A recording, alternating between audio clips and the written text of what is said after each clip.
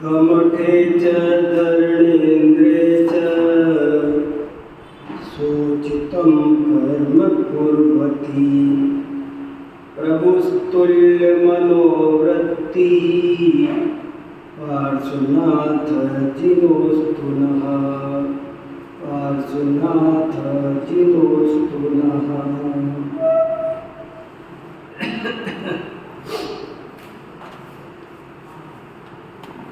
हम सब जैनाचार्य प्रदीपिका के एक महत्वपूर्ण लेख का स्वाध्याय कर रहे हैं, जिसका शीर्षक है धर्मात्मा सदा प्रसन्न रहता है। पेज नंबर 158, पेज नंबर 158 पर एक बहुत ही बढ़िया आर्टिकल है। हम सब इस बात को अच्छी तरह समझें कि दुखी होने का नाम धर्म नहीं है, दुखी होने का नाम जीवन नहीं है। प्रसन्न रहना चाहिए, येन केन प्रकारेण प्रसन्न रहना चाहिए, दुखों की चिंता नहीं करनी चाहिए। ये संसार दुख स्वरूप है। यहाँ पर कभी किसी को भी सारे सुख नहीं मिले। चक्रवर्ती को भी, तीर्थंकर आदि को भी अनेक प्रतिकूलताओं का सामना करना पड़ा। पार्श्वनाथ भगवान पर भी उपसर्ग हुए, बड़े बड़े धर्मात्माओं पर, पुण्यात्माओं पर भी खूब उपसर्ग हुए। प्राचीन कर्म बहुत बलवान होता है, जो बोया होता है वो काटना ही पड़ता है। इसलिए जैसी भी स्थिति है उस सब को सावधानी से समझकर अपने मन को कभी भी खेद खिन्न नहीं करना चाहिए। हम छोटी छोटी बातों पर खेद खिन्न होते हैं, हमको वस्तु स्वरूप का ज्ञान नहीं है, इसलिए खेद खिन्न होते हैं। ये जगत का स्वरूप पता हो तो जरा भी खेद खिन्न न हो। माँ बाप बच्चे को गुब्बारा दिलाते हैं 10 रुपए का और खुश होते हैं, वो भी खुश होता है।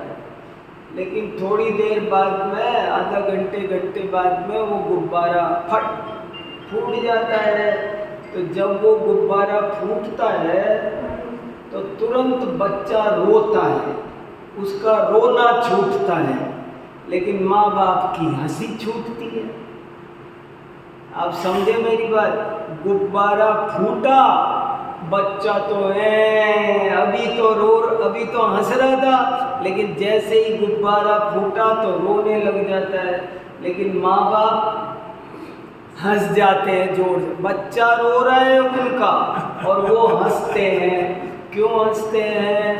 क्योंकि माँ बाप को पता है जब गुब्बारा खरीद कर दिलाया था तभी पता था कि ये तो आधा घंटे का खेल है। आधा घंटा खेल लिया बच्चा तो कीमत वसूल हो गई है। तो ऐसे ही है, इसी काम का है, उनको पहले से पता था। ऐसे ही जगत में संयोगों का वियोग होना, इष्ट वियोग, अनिष्ट संयोग, नाना तरह की बातें। प्रकृति है तो सर्दी गर्मी भी होगी, शरीर है तो आर नियार सब हो।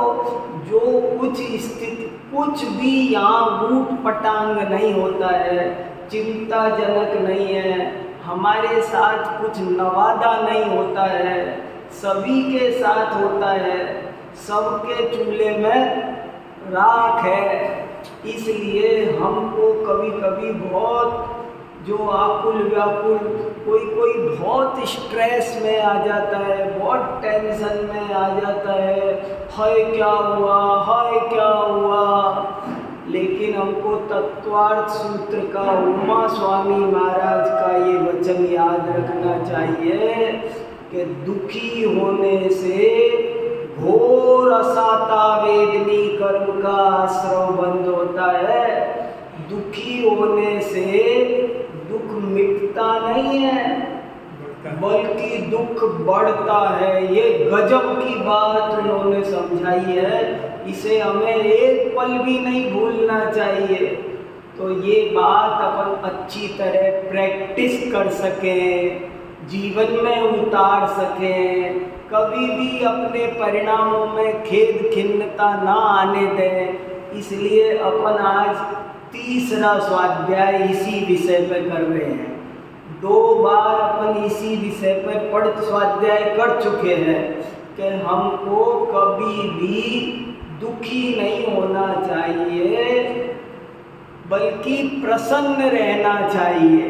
कुछ भी होने दो, सबके जिसके साथ जैसा जैसा होना है वैसा वैसा होता है। होनी कभी टलती नहीं और अनहोनी कभी होती नहीं। ये सोच करके राम, कृष्ण, सीता, चंदना, अंजना, गजकुमार, हजारों जीव ऐसे महापुरुष, उन्होंने भी जब दुख उठाए तो देखा जाए तो आज हमारे पास उनके सामने कुछ भी दुख नहीं है। लेकिन जरा जरा सी बात पे ही हम तो ऐसा आसमान उठाते हैं कि हे भगवान जाने क्या हो गया। जबकि पूछा जाए तो एक दृष्टि से देखो तो दुख तो बहुत फायदेमंद है, दुख फायदेमंद है, सुख तो बहुत नुकसान देता है। सुख में तो प्रमाद आता है, सुख में तो भूल जाता है आदमी, दुख में उसे सब कुछ समझ में आता है। तो ऐसी ये बात अपन को अच्छे से पचानी है, समझनी है और अपने जीवन में उतारनी है। और इसके लिए अभी इस लेख में एक बहुत इम्पोर्टेंट श्लोक रह गया और एक पेज पर एक बहुत इम्पोर्टेंट दूसरी बात रह गई। मैं आज वो 2 बातें भी आपको सुनाना चाहता हूँ, पर उससे पहले एक दुख का भजन है बहुत बढ़िया। बड़े महाराज जी को बहुत ज़्यादा पसंद था, आपने खूब सुना होगा, वो सभा में सुनवाया करते थे। ये एक उन्होंने भजन की किताब छपवाई थी, जगह जगह बांटी थी, इसमें वो भजन है। मैंने ग्रुप पर आप सबको भेजा है, आपके फोन में है, आप देख सकते हो। पर ये भजन अपने दिमाग में रहेगा तो दिमाग ठंडा रहेगा, गरम नहीं होगा।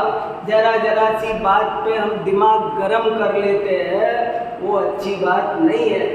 कुछ भी होने दो, हमारा ये कोल्ड स्टोरेज हमेशा सही रहना चाहिए, इसकी बिजली मत जाने दो कभी भी, है कि नहीं। तो देखो ये कितना अच्छा भजन है, मैं जैसे गा सकता हूँ वैसे ही गा के सुना देता हूँ। स्वर पर ध्यान मत देना, बात पे ध्यान देना। क्योंकि मैं ये मानता हूँ कि गाना आए या ना आए, गाना जाए। मैं सबको गाना चाहिए, इस बात में बड़ा विश्वास करता हूँ। इसलिए मुझे भी ये भजन बहुत पसंद है।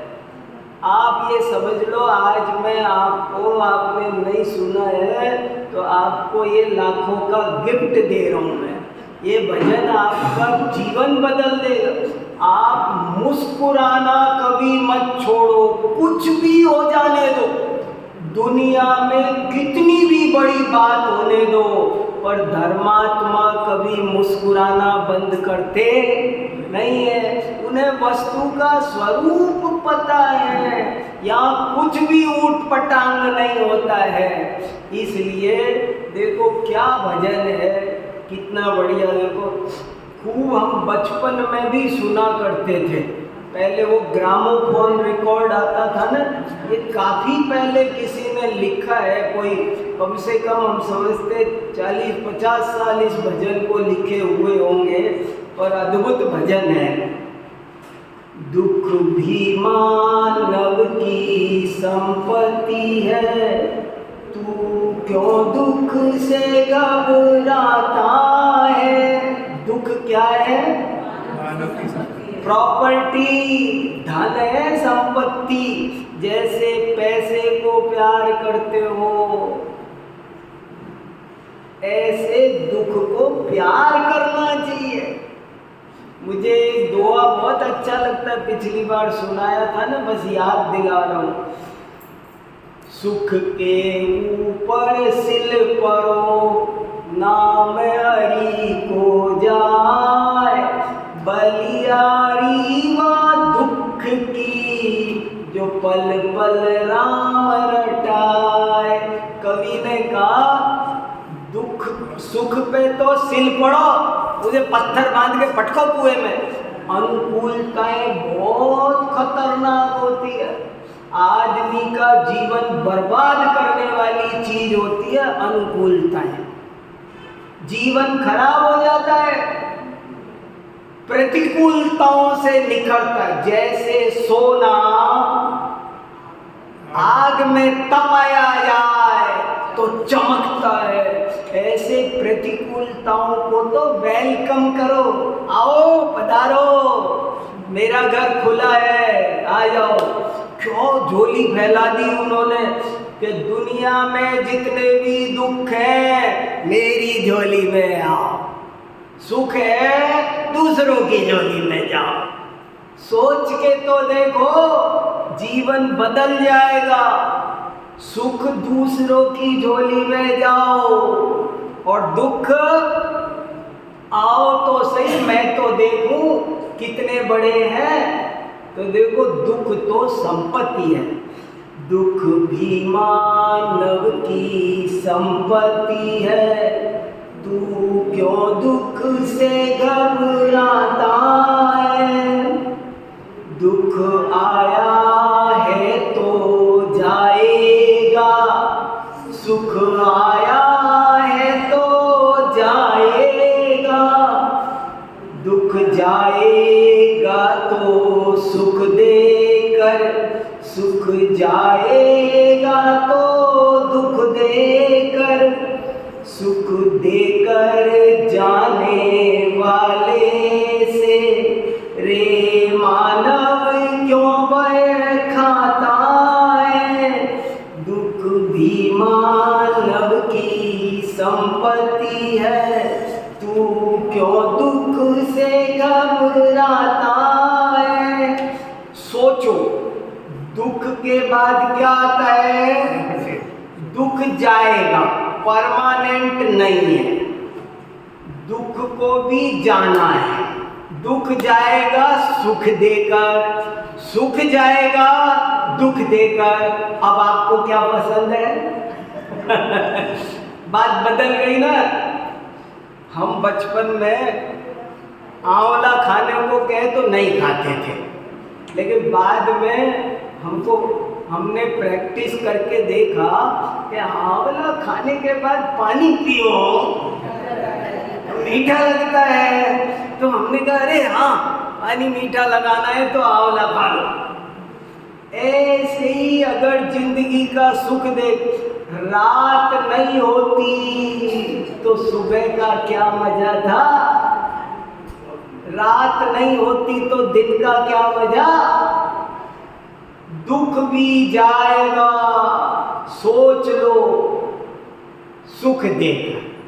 सुख में हो, जिस सुख में जिसे तुम पसंद कर रहे हो वो भी जाएगा। बड़े बड़े करोड़पति आज भी देख लो दुनिया में, बड़े बड़े करोड़पति सेठ आज कहाँ हैं? उनके घरों की हालत देख लो। दिन कैसे बदलते कि नहीं बदलते, सबके बदल, किसी की बुराई नहीं है, ये वस्तु का स्वरूप है। यहाँ पर ऐसे ही होता है अप एंड डाउन। तो क्या है इसमें? अब अगली पंक्ति बहुत अच्छी है, देखो। सुख में है व्यसन प्रमाद भरे, दुख में पुरुषार्थ चमकता है, दुख की ज्वाला में पड़कर ही कुंदन सा तेज दमकता है। सुख में सब भूले रहते हैं, दुख सबकी याद दिलाता है।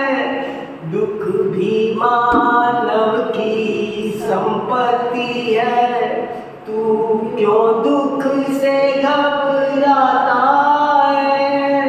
अद्भुत चीज है। सुख में है व्यसन प्रमाद भरे। सुख में क्या होता है पता नहीं है आपको। जिन घरों में सब सुख है ना, उन घरों की हालत देखना मत, झांकना मत। उन घरों में झांकने लायक नहीं है। अनाप शनाप पैसा, सब सुविधाएं, सब कुछ है, जीवन बिल्कुल एक्टिव नहीं है। क्या काम है, क्यों करना है। जिनके पास में अभाव है, दुख है। मैं गुरुकुल में पढ़ा हुआ हूँ और मेरे साथ में कई बड़े घरों के बच्चे आए थे, वो छोड़ छोड़ के चले गए। आज पढ़े, हम क्यों पढ़ गए, अभाव में थे। अभाव में आदमी बनता है, सुख में व्यसन है। अब बताओ, चाहिए प्रॉपर्टी ज्यादा, अनाप शनाप, बहु आरंभ परिग्रहत्वम नारकस्यायुष। ये बहुत आरंभ परिग्रह नरकायु का कारण है। न बच्चे बनते, न हम बनते, न कुछ नहीं होता काम का। बहुत इसको तो जितनी जल्दी कहीं लगा दो ना, मुझे एक दुआ और बहुत अच्छा लगता है।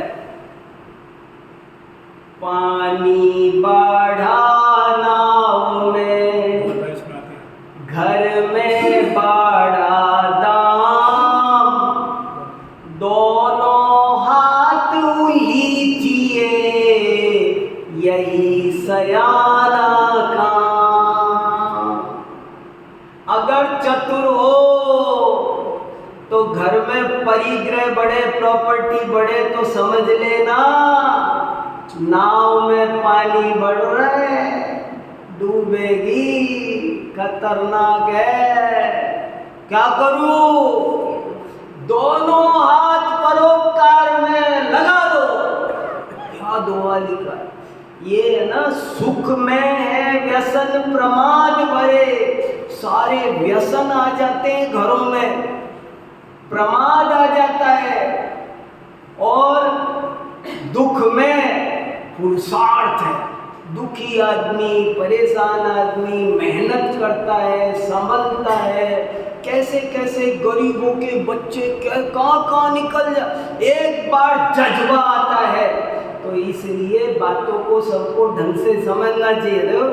सुख में है व्यसन प्रमाद भरे, दुख में पुरुषार्थ चमकता है। दुख की ज्वाला में पड़कर ही कुंदन सा तेज दमकता है।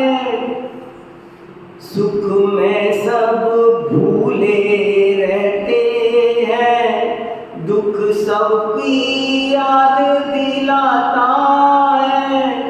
दुख भी मानव की संपत्ति है, तू क्यों दुख से घबराता है। फिर देखो कितना बढ़िया अगला अंतरा। सुख संध्या का वह लाल क्षितिज, जिसके पश्चात अंधेरा है। दुख प्रातः का झुटपुटा समय, जिसके पश्चात सवेरा है। दुख का अभ्यासी मानव ही सुख पर अधिकार जमाता है। दुख भी मानव की संपत्ति है,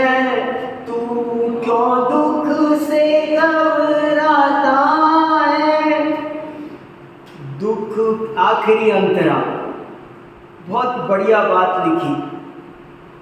दुख के सम्मुख जो सिहर उठे, उनको इतिहास न जान सका।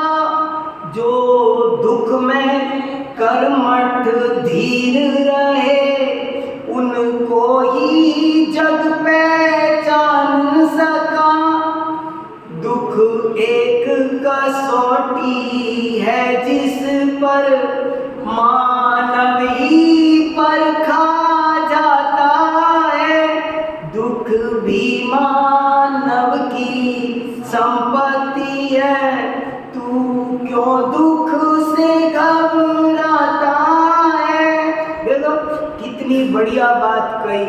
अच्छा ये बताओ, इतने इतने मुनि महाराज कितने हुए, करोड़ों और वो मुनि महाराज हुए, लेकिन जिन पर उपसर्ग नहीं आए और चुपचाप शांति से साधना करके मोक्ष चले गए, वे हमको याद है, उनके फोटो बने हैं।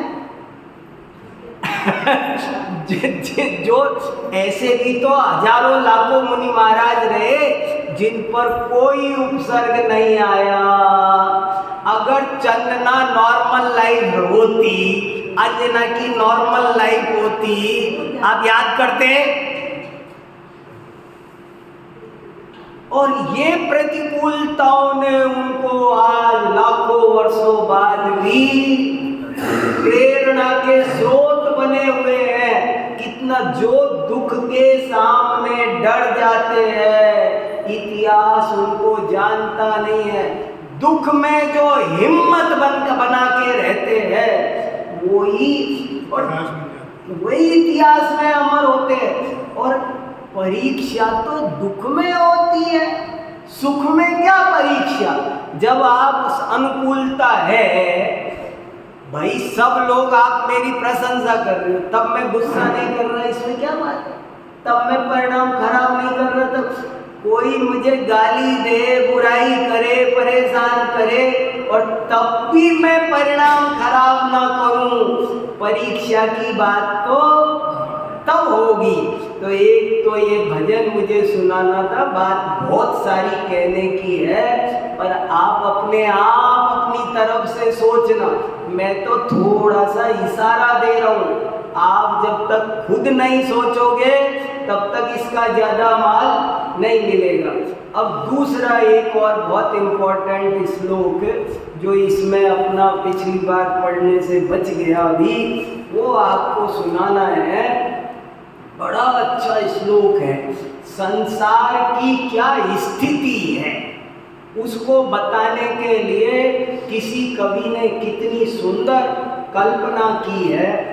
देखो पेज नंबर 161 पर है, श्लोक है, बहुत प्यारा श्लोक है। अग्रे व्याध करधृत सरः पार्श्वतो जालमाला पृष्ठे वह्निर्दहति नितरां वामतो सारमेया एणी गर्भा दलसगमना बालकैरुद्धपादा एणी हिरणाद् ब्रवीति दुःखे किं करोमि क्वयामि। देखो क्या कहा है, जरा सोचो। इसमें ये लिखा है कि एक हिरण फैमिली थी, हिरण का परिवार, और जंगल में रहता था हिरण का परिवार। एक दिन जंगल में आग लग गई। तो बहुत बढ़िया बात है, सुनना ध्यान से। जंगल में आग लग गई तो भाग रहे सब जानवर, तो वो हिरण की फैमिली भी वहाँ से बच निकल करके भाग रही है।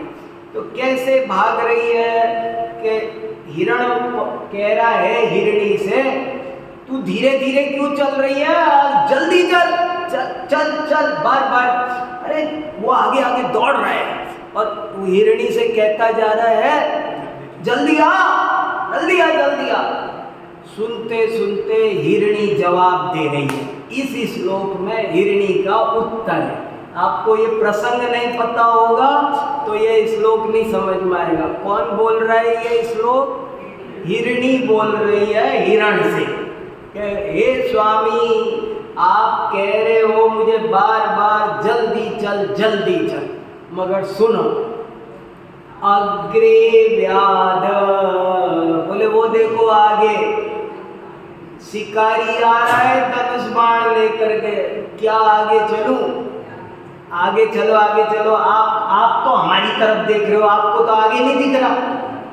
हिरण कहाँ देख रहे हैं? अरे आओ जल्दी आओ। वो लेकिन वो तो देख रहे ना आगे।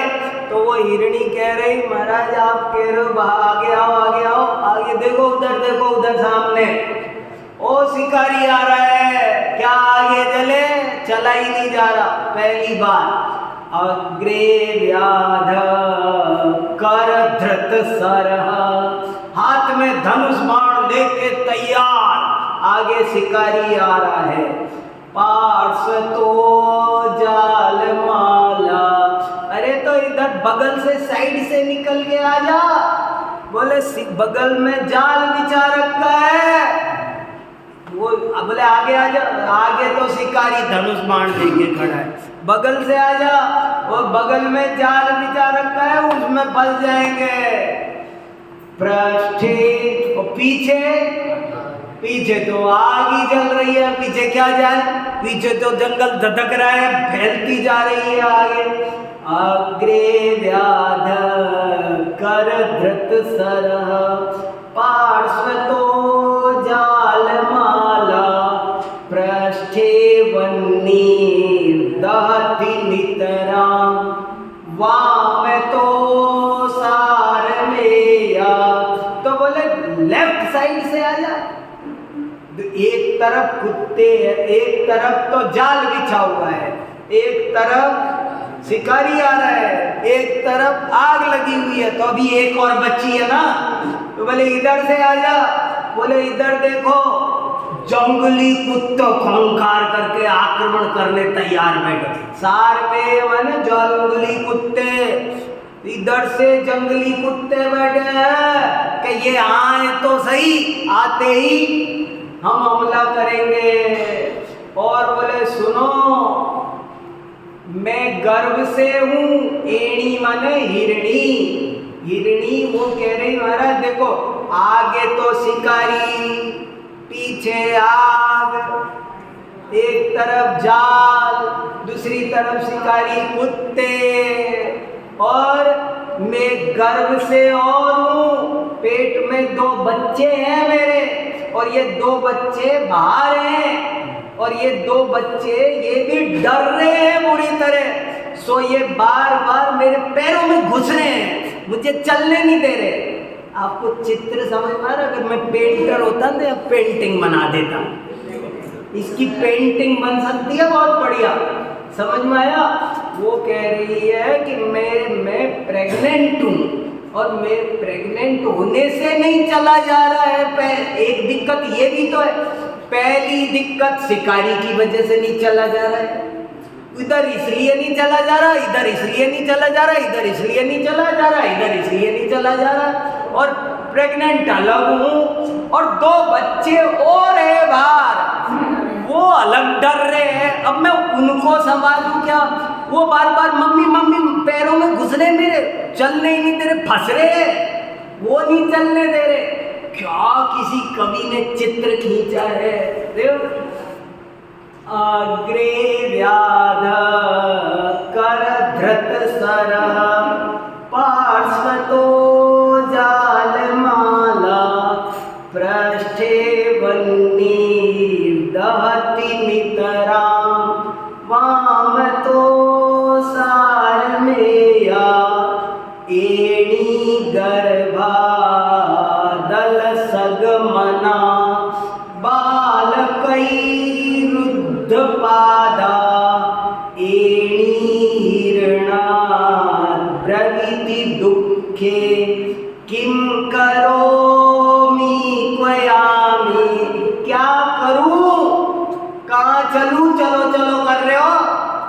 चलो चलो लग रहे हो, क्या करूं बताओ, कैसे चलूं, कहां चलूं, किधर चलूं। बस यही हाल इस संसार का है।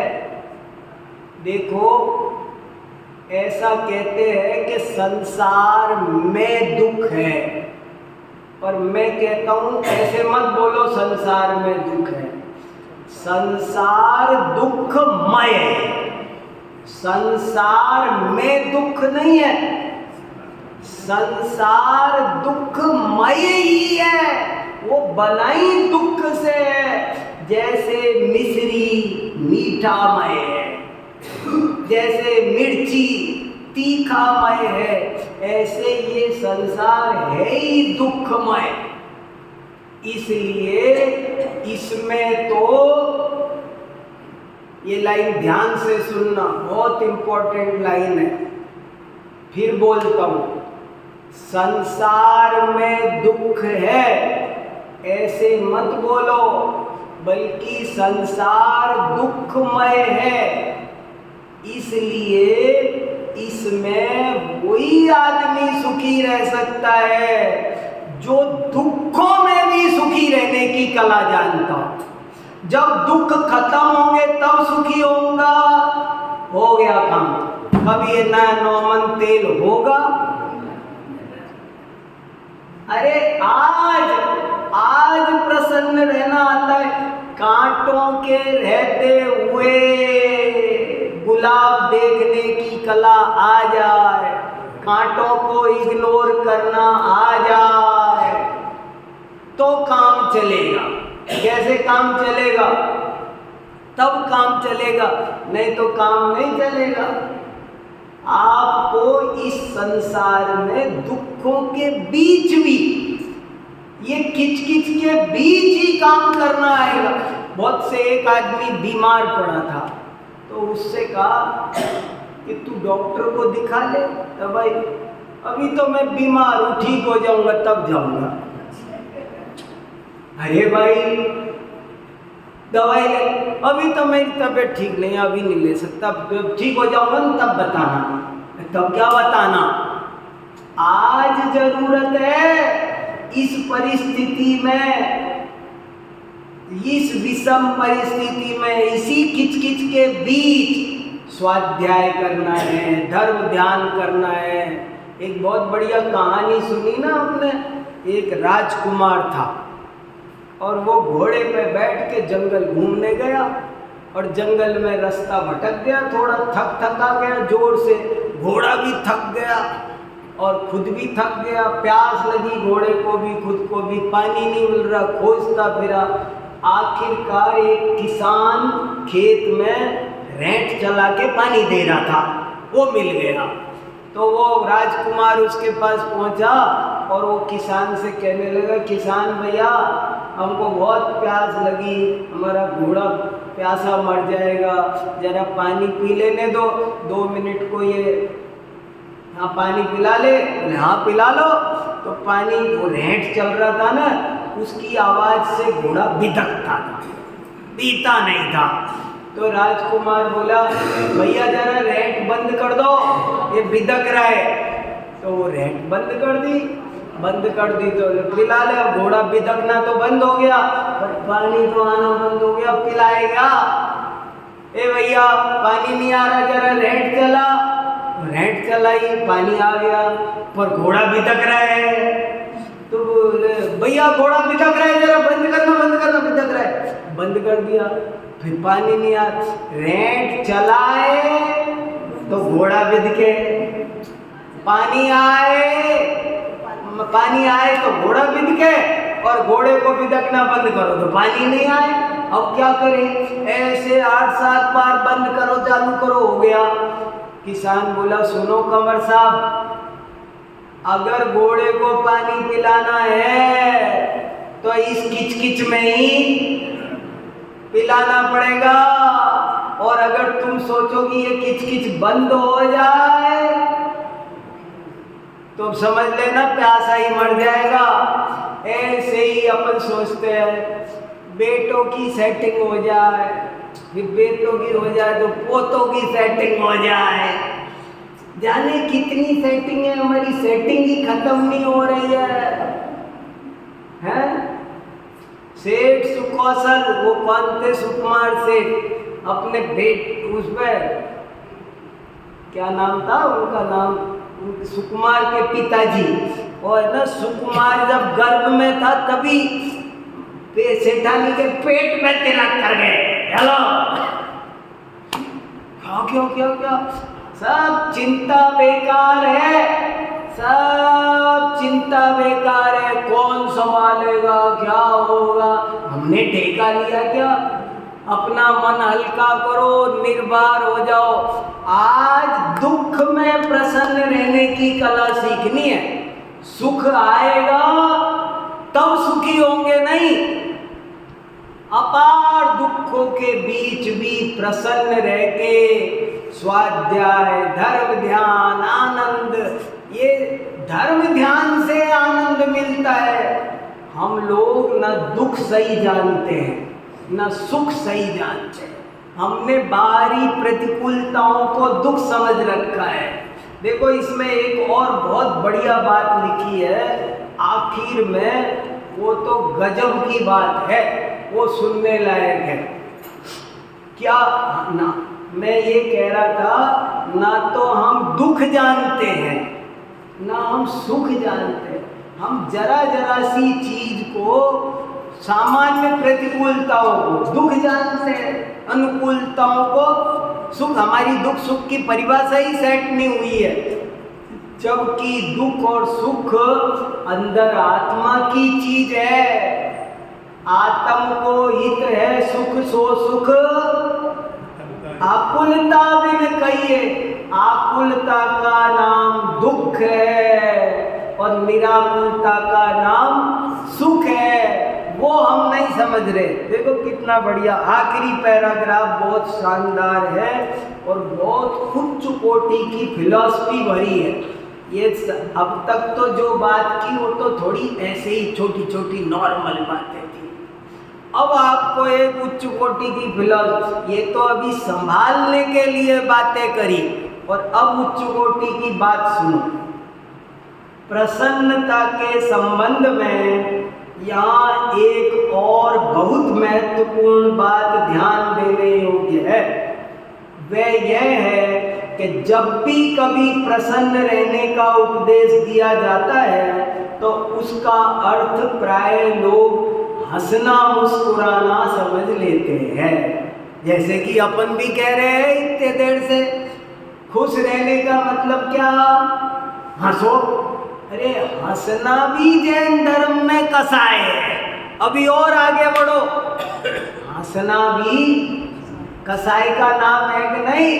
कितना, कैसी उच्च कोटि की प्रसन्नता चाहिए आपको। जैन धर्म असली प्रसन्नता देता है, किंतु जैन धर्म के अनुसार तो यह भी एक प्रकार की कसाई है।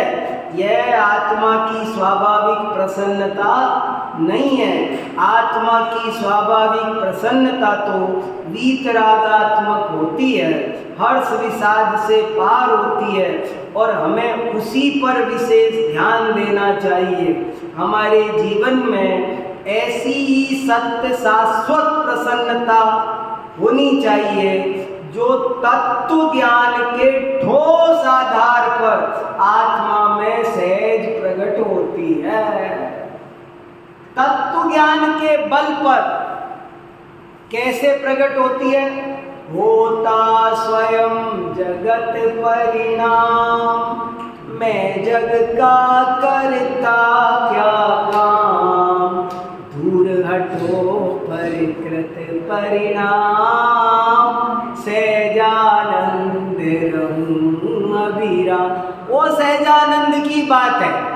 देखो, दो तरह, मैं 2-3 स्टेज पे चलाऊं, 3 व्याख्यान हो गए आज अपने सदा प्रसन्न रहो इस विषय पर, लेकिन मैंने कई बात कहने की कोशिश की है। आप उनको पकड़ोगे, दोहराओगे, तब तो आपको बहुत आनंद आएगा। और स्लिप कर गई तो कर गई, मैं तैयारी कर करके आता हूँ और एक और श्लोक सुनाता हूँ इससे जोड़ करके। एक बड़े महाराज जी एक श्लोक बहुत सुनाते थे और मुझे उसमें बड़ा सार दिखाई देता, वो भी मैं अभी ग्रुप पर भेजा है आपको। बहुत अच्छा श्लोक है, उसे और देख लो। आप ये समझना आपको कोई नूर हीरा मिल गया अगर वो श्लोक अगर आपने पकड़ लिया ना, जिंदगी में आपको कभी कोई दुखी नहीं कर सकता। जिंदगी जीने की कला आ जाएगी, आपका सारा दृष्टिकोण बदल जाएगा, और जिसकी दृष्टि बदली उसकी समझो सृष्टि बदली। तो एक गजब का श्लोक और है, वो देखो आप। व्यालाश्रयापि विफलापि सकंटकापि वक्रापि पंकिलभवापि दुरासदापि एकेन जन्तुरसकेतकी सर्वदोषं क्या एकः गुणः खलु निहन्ति समस्तदोषम्। देखो जिंदगी में सुखी रहना है तो पॉजिटिव रहो। हमारे सब आचार्यों ने कहा है कि किसी में 1000 दोष हो और 1 गुण हो, तो तुम 1000 दोषों की तरफ से तो आँख बंद कर लो, अंधे बहरे हो जाओ, और जो 1 गुण है ना उसे चंद्रमा की 16 कला खिल जाए ऐसे खिल करके ग्रहण करो, तुम सुखी हो जाओगे। क्या कहा, बहुत गजब की बात है। 100 दोष हो उनको नहीं देखना, 1 गुण हो उसको देखना। और कैसे उदाहरण दिया, एक बहुत बढ़िया उदाहरण दिया। केतकी होती है, केतकी का फूल होता है, इत्र बनता है, बहुत महंगा बिकता है। केतकी का सेंट बनता है, बहुत महंगा बिकता है। केतकी पुष्प बहुत खुशबूदार होता है, शायद सबसे तेज खुशबू केतकी में ही होती है, ऐसा लगता है। तो कैसी होती है केतकी, केतकी के पास जा नहीं सकते आप लेना। केतकी कैसी होती है, सांप लिपटे रहते, चंदन से भी ज्यादा सांप केतकी में पाए जाते हैं। व्यालाश्रयापि विफलापि केतकी का पेड़ सांपों से लिपटा रहता है और निष्फल होता है। हर पेड़ में कोई ना कोई फल आता है, पर केतकी में कोई फल नहीं आता। व्यालाश्रयापि विफलापि सकंटकापि, और उसमें कांटे होते हैं। वक्रापि, एड़ी मेड़ी टेढ़ी होती है। पंकिल भवापि, गहरे दलदल कीचड़ में होती है, वहां पैर रखा जाए तो खाई में ही धस के आदमी मर जाए, ऐसी दलदल में पैदा होती है। लेकिन उसमें 100 कमियां हैं केतकी में, मगर उसमें एक गंध नाम का ऐसा गुण है कि सारी दुनिया। अब आपने कभी केतकी की बुराई सुनी थी? आज मैंने सुनाई है पहली बार। भलाई सुनी है। क्यों? एक गुण महत्वपूर्ण है ना। कभी भी अगर हमको सुखी रहना है तो किसी की बुराई मत करो, देखो ही मत। अपना भला चाहिए, अपने को तो अपना भला करना है ना। हमको क्यों किसी की नाक में उंगली देना? अपनी उंगली गंदी होएगी, इसलिए हमको दूसरे की बुराई नहीं देखना। सुखी रहना हो तो हर वक्त पॉजिटिव चलो, कुछ भी होने दो, पॉजिटिव चलो। आपको बताया ना, गाड़ी पंचर हो गई तो ये भी अच्छा ही हुआ। जो हो सो, एक कई कहानियां हैं ऐसी कि जो होता है वो अच्छा होता है। एक राजा का मंत्री था, वो कहता रहता था जो हो सो अच्छा होता है, जो हो सो अच्छा। राजा की उंगली कट गई। एक दिन कोई काम करते करते उंगली कट गई। तो सब तो कहने लगे ओ बड़ा बुरा हुआ। वो मंत्री बोला अच्छा हुआ। राजा को आया गुस्सा, वो उंगली कट गई राजा की। तो वो मंत्री हर बात पर बोलता था अच्छा हुआ अच्छा हुआ। जो तो उंगली कटी तो सब तो कह रहे हैं कि महाराज ओ क्या हुआ बुरा हुआ बहुत बुरा। वो कह रहे अच्छा हुआ अच्छा हुआ। राजा को गुस्सा आ गया, उठा के जेल में डाल दिया। ये इतना असभ्य अशिष्ट, मेरी उंगली कटी है और कह रहा है अच्छा हुआ। एक दिन राजा जंगल में फंस गया और वो डाकुओं ने पकड़ लिया और वो डाकुओं को बलि देनी थी। डाकू अपने किसी देवी को मानते थे और उस देवी को नर बलि देनी थी। तो वो राजा ही पकड़ में आ गया। तो बोले इसको ले चलो, देवी के बलि चढ़ा देते हैं। तो देवी के बलि चढ़ाने के लिए ले गए, निलाया धुलाया तैयार किया, पंडित जी बुलाए बलि देने के लिए तैयार। जब बलि देने तैयार तो देखो चेक करो बलि देने लायक है कि नहीं। तो बोले इसकी उंगली कटी हुई है। वो डाकुओं से बोला पुजारी कि महाराज ये बलि देने लायक नहीं है आदमी, इसको छोड़ो दूसरा लेके आओ। बोले क्यों नहीं दे सकते? बोले इसकी उंगली कटी हुई है ना, खंडित चीज देवी को नहीं चढ़ाते, बढ़िया साबुत लाओ फ्रेश दूसरी, ये खंडित है इसको नहीं चढ़ाते। तो राजा को छोड़ दिया। राजा को अब याद आया, अरे वो कह रहा था अच्छा वो उंगली नहीं कटी होती तो आज गर्दन कटने वाली थी। ये गर्दन बचा दी उंगली ने। जिंदगी में जो हो रहा है केवल ज्ञान के अनुसार हो रहा है, सब सही हो रहा है, घबराओ नहीं, धर्म ध्यान करो।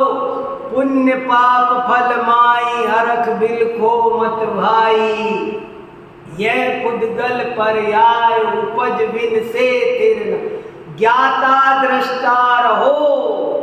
बस ये लाइन याद रखो, दूर हटो पर कृत परिणाम, सहजानंद रहूं अविराम, हूँ स्वतंत्र निश्चल निष्काम, ज्ञाता दृष्टा आत्म राम। मैं ज्ञाता दृष्टा आत्मा हूँ।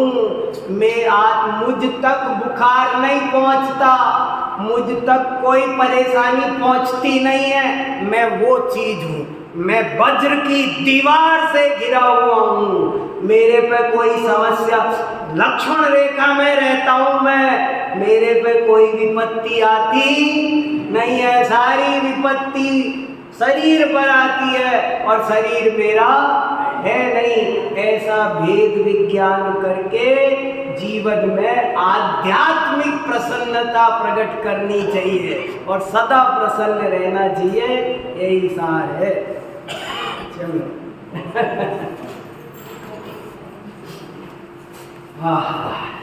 ये 160 नंबर पर है। हाँ क्या इसको जरा